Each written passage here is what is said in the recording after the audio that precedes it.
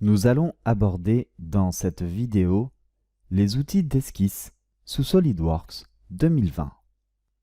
Vous allez créer une nouvelle pièce. Puis ensuite, nous allons cliquer sur Esquisse, puis sélectionner le plan de face. Si vous ne l'avez pas, vous pouvez faire un clic droit puis afficher la grille. Que sont les outils d'esquisse? Les outils d'esquisse sont tout simplement les éléments qui vont vous permettre de dessiner les formes dans votre dessin. Sur SolidWorks, elles sont également appelées entités d'esquisse. Vous les retrouvez dans le ruban Esquisse et la palette correspondante est celle-ci. Vous avez les lignes, les rectangles, les cercles. Nous allons les énumérer un par un ici, sur cette vidéo.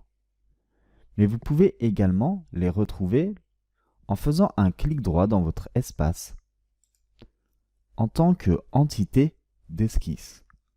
Et là, vous retrouvez exactement les mêmes fonctionnalités que vous avez dans cette palette. Prenons le premier outil. Nous allons prendre la ligne. On la sélectionne. Dans la partie gauche de votre écran, vous avez la palette qui va vous permettre d'éditer cette ligne. On va donc cliquer sur comme esquisse pour l'orientation, ou sinon vous pouvez directement lui spécifier une orientation horizontale, verticale ou avec un angle. C'est-à-dire que si je mets horizontal, je vais cliquer et automatiquement il va me bloquer la relation horizontale. Les relations, nous allons les aborder un peu plus loin au cours de cette formation. Et là, eh bien, je vais créer un second point. Attention, tant que l'outil n'est pas validé, il va continuer à dessiner sur vos esquisses de SolidWorks. Pour ma part, je vais faire échappe et terminer la fonction. Vous avez ici des relations qui sont automatiquement intégrées. Ces relations, vous pouvez les sélectionner, les supprimer ou les laisser.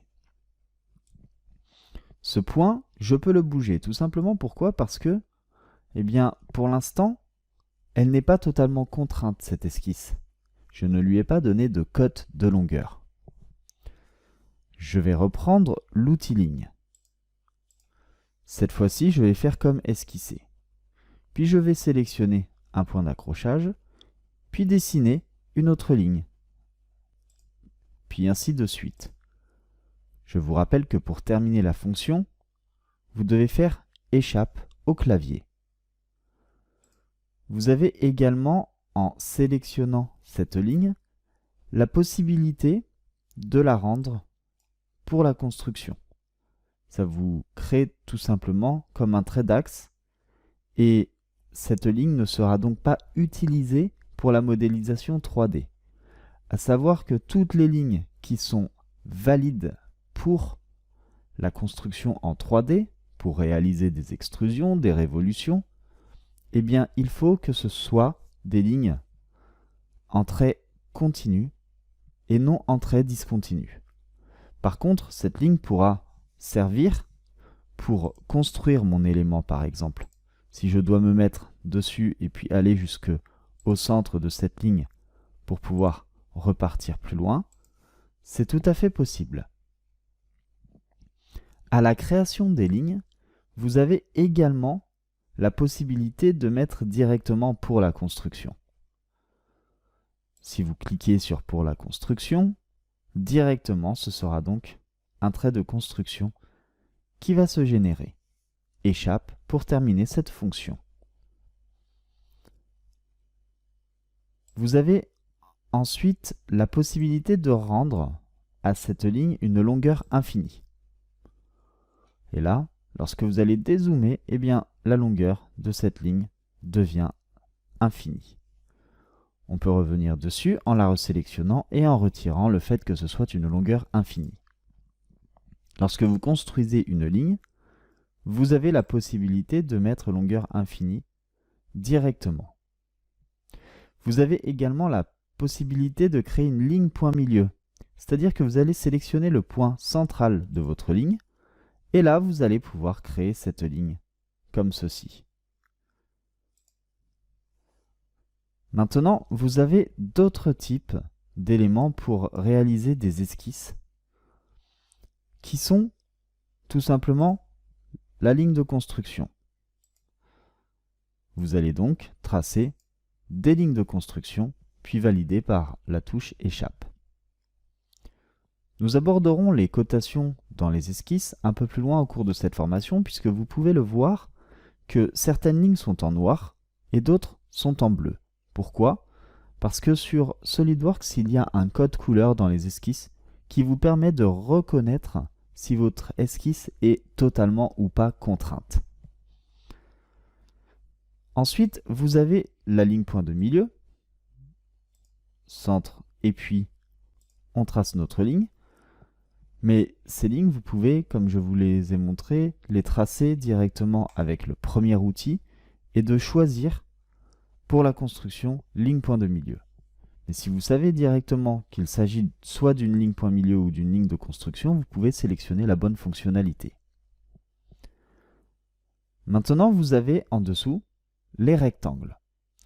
Pour les rectangles, vous avez un menu déroulant puisque vous avez la possibilité de créer plusieurs types de rectangles sous SolidWorks. Le premier rectangle, c'est le rectangle par sommet. On sélectionne dans ce cas un premier sommet, puis un second sommet.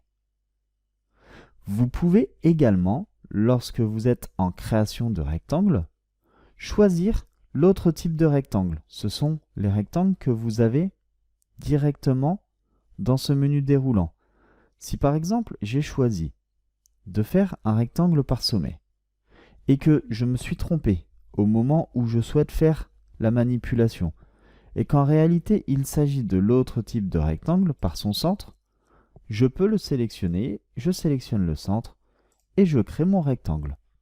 C'est tout à fait possible.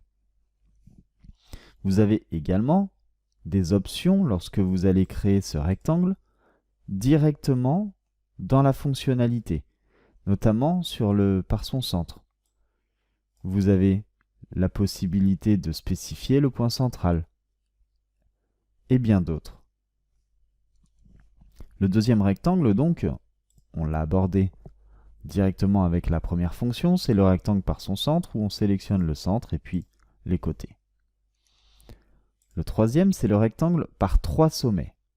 Je vais donc créer un rectangle en prenant un sommet ici, un second, puis un troisième. Je peux par exemple créer ce rectangle avec des sommets qui sont déjà existants dans mon dessin. C'est-à-dire que je vais choisir par exemple, en sélectionnant rectangle par 3 sommets, toujours, le fait que ce rectangle il soit coïncident avec ce point, celui-ci, puis celui-ci. C'est tout à fait possible. Et là, en plus de ça, il va vous créer des coïncidences lorsqu'il le faudra.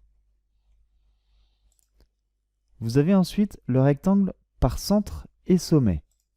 C'est-à-dire que je vais sélectionner le centre, je vais sélectionner un sommet et je vais étirer mon rectangle. Par cette possibilité, j'ai la possibilité donc de créer un rectangle incliné, comme vous pouvez le voir à l'écran. Sinon, ce rectangle, je sélectionne le centre, je sélectionne le sommet et je l'étire. Ensuite, c'est le parallélogramme. Le parallélogramme, lui, va vous permettre de créer une forme rectangulaire, mais qui est inclinée directement de par deux côtés. Je vais donc sélectionner un premier point, un second point, et puis le troisième point qui définira le parallélogramme. Tous ces éléments sont évidemment toujours éditables, notamment lorsque, par exemple, ici, ils sont tout en bleu. On le verra plus loin, mais le code couleur, lorsque tout est bleu, c'est que tout simplement, il n'y a aucune contrainte. Vous avez ensuite d'autres fonctionnalités qui concernent les rainures. Les rainures droites, par exemple lorsque vous allez devoir faire un trou oblong, ou bien une rainure dans une pièce pour mettre une clavette par exemple. Vous sélectionnez un premier point, un second point, et puis la largeur de votre rainure, le rayon. Vous avez également la possibilité de faire une rainure droite par son centre.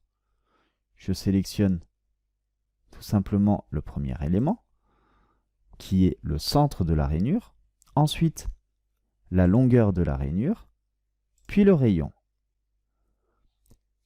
Ensuite, vous avez la rainure courbe par 3 points. Vous pouvez observer que dans la partie gauche d'édition, de création de votre rainure, si vous vous êtes trompé dans le choix du type de rainure, vous pouvez revenir dessus. Par exemple, je vais refaire une rainure par 2 points et ensuite je vais créer une rainure courbe par 3 points en sélectionnant un arc, un premier point, un deuxième point, un troisième point, puis le rayon ou la largeur de rainure. Et vous pouvez donc observer qu'en plus de ça, tant que vous n'avez pas validé, vous pouvez continuer à créer des rainures dans vos esquisses. Pour valider et terminer la fonction, soit vous appuyez sur la touche échappe, soit vous appuyez sur fermer la boîte de dialogue. Puis enfin, la dernière rainure, c'est la rainure courbe par son centre. Je vais sélectionner ici un centre. Je vais sélectionner un point pour créer une courbe. Je vais créer cette courbe comme ceci. Et ensuite, la largeur. Puis je termine la fonction. Lorsque vous êtes également en train de créer une rainure, vous avez la possibilité à tout moment de la rendre pour la construction. Je la sélectionne ensuite comme ceci et j'ai la possibilité de revenir dessus, de la mettre pour construction. Je valide et là, vous avez la rainure qui devient en trait de construction. L'autre fonction suivante, c'est le cercle.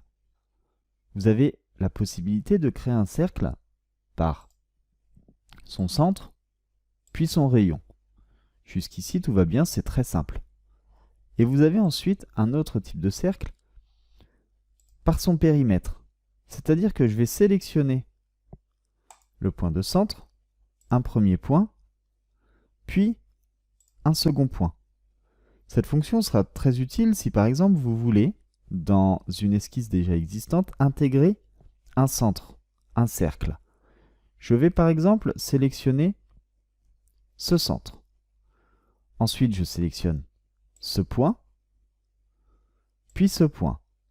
Et là, il va me créer un cercle qui n'aura plus le centre ici, mais qui aura plutôt une tangence avec ce point et celui-ci, donc cette ligne, puis ce point directement. Maintenant, l'autre fonctionnalité, c'est l'arc. Je vais sélectionner l'outil arc, je vais partir dans une zone libre, je sélectionne le centre de l'arc, le premier point, puis le second point. Dans l'édition, je peux toujours avoir des relations et en tant qu'option, le rendre pour la construction. Je peux également modifier les paramètres directement, les paramètres de longueur, avec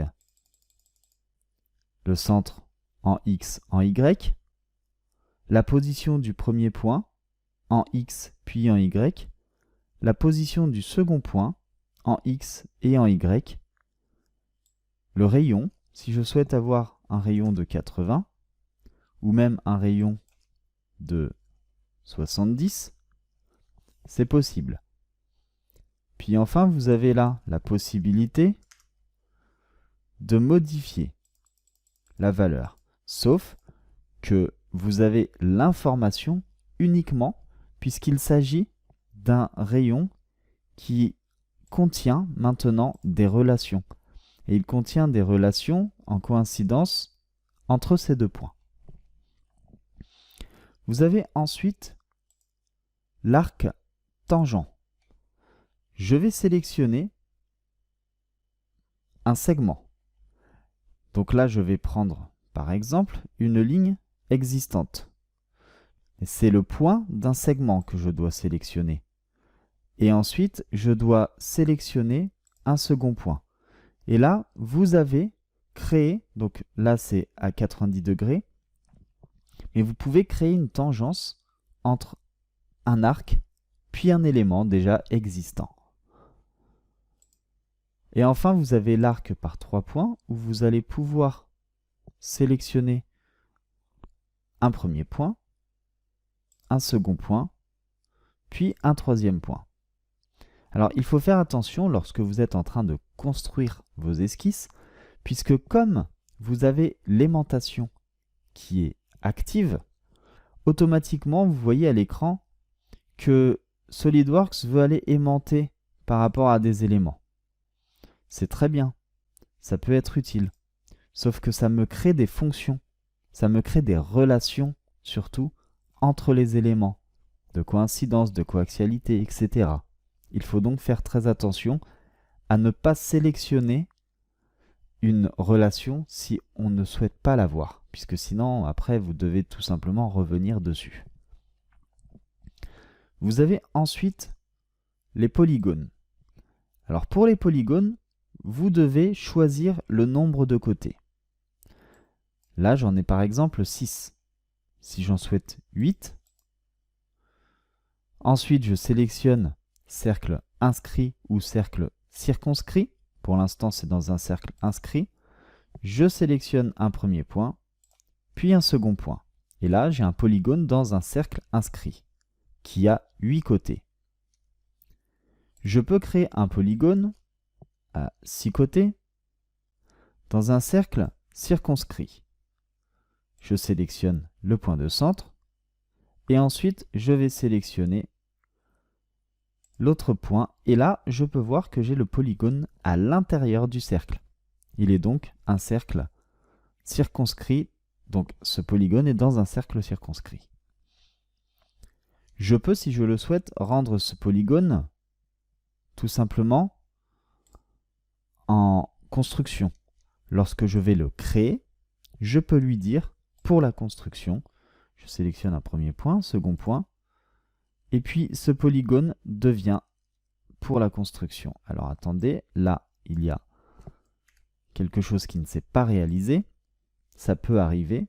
Vous sélectionnez pour la construction, premier point, deuxième point, et ce polygone devient pour la construction lorsque on le sélectionne ensuite avant de valider.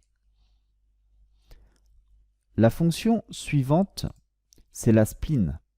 Donc là, ici, nous allons voir uniquement la spline normale et la spline de style.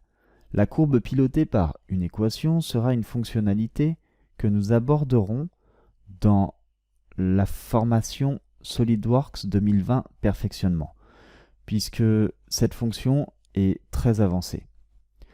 Vous avez donc la spline simple. On sélectionne un premier point, un second point, un troisième point, etc. Et pour terminer la création de la spline, sur le dernier point, vous faites un double clic gauche avec votre souris. Comme toutes les autres fonctions, vous avez la possibilité de la rendre pour la construction, de montrer la courbure si vous le souhaitez. Donc là, vous avez les échelles de courbure, vous les paramétrez. Ensuite, on peut resélectionner et désélectionner, montrer la courbure pour ne plus voir la courbure. La fonction suivante, c'est la spline de style avec courbe de Bézier, B-spline de degré 3, de degré 5 ou de degré 7. Et là, je vais sélectionner les points, double-clic gauche avec votre souris pour terminer la fonction. Ensuite, je vais créer par exemple une spline de style par une B-spline de degré 5. premier point, deuxième point, troisième point, quatrième point, etc. J'ai la possibilité, concernant ces splines, d'en modifier le paramétrage. Si je souhaite créer une courbe de Bézier au lieu d'une courbe de degré 3, je vais sélectionner et puis après je vais sélectionner le degré de cette courbe. Et je valide. La fonction suivante, c'est l'ellipse. Donc l'ellipse, elle, vous allez sélectionner un point central, un point dans l'espace, et puis ensuite une largeur. Vous pouvez la rendre aussi pour la construction si vous le souhaitez. Vous avez ensuite l'ellipse partielle. C'est tout simplement un arc elliptique. Vous allez sélectionner un point de centre, un point dans l'espace, la largeur, et ensuite, pendant que vous sélectionnez la largeur, vous sélectionnez en même temps le point de départ de cette ellipse. Je recommence la fonction pour que vous puissiez bien le visualiser. Je sélectionne un point de centre, un point dans l'espace, et là, je vais sélectionner par exemple à cet endroit-là la largeur et je démarre tout simplement mon arc elliptique. La fonction suivante, c'est la parabole. Je sélectionne un premier point et je vais créer une parabole dans l'espace.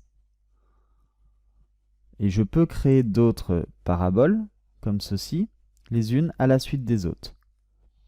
Je sélectionne un point de centre, la position, donc la hauteur de la parabole, le point de départ et le point d'arrivée. Vous avez également la parabole conique. Le point de centre, la largeur, le point et le second point. Et là, vous avez une parabole conique.